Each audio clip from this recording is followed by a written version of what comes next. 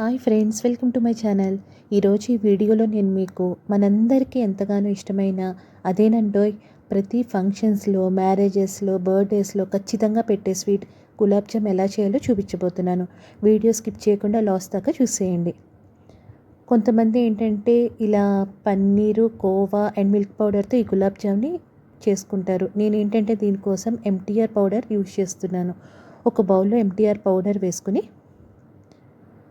And దాంట్లో కొద్దిగా ఇలా పాలని యాడ్ చేసుకుంటున్నాను. ఎక్కువ కాదండి, కొద్దిగా మనకి సాఫ్ట్గా రావటం కోసం. అండ్ టేస్ట్ కూడా చాలా బాగుంటుంది.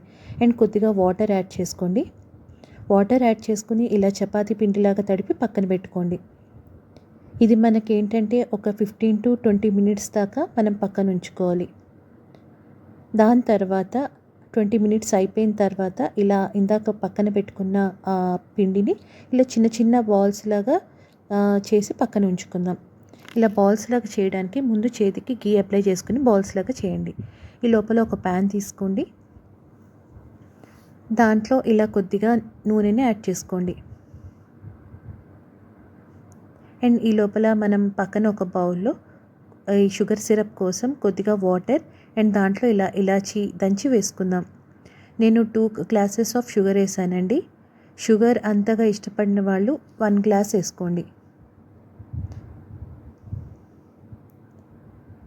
ఇలా వేసుకుని దీన్ని కాస్త మనం స్టవ్ మీద పెట్టుకోవాలి. ఈ లోపల మనకి ఆయిల్ హీట్ అయిందో లేదో చూసుకుందాం. ఇది మనకి లో ఫ్లేమ్లోనే ఉండాలండి. మనం ఇందాక పక్కన పెట్టుకున్న గులాబ్ జామ్ బాల్స్ని దీంట్లో వేసుకుందాం.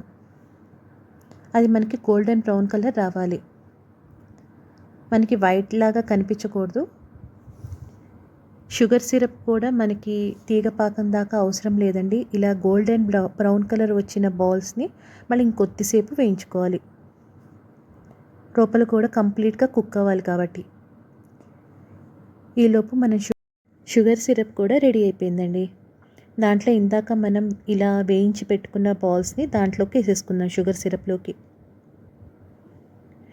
ఇలా వేసేసుకున్న తర్వాత కొద్దిసేపు అంటే ఒక 10 minutes పక్కన పెట్టుకుందాం.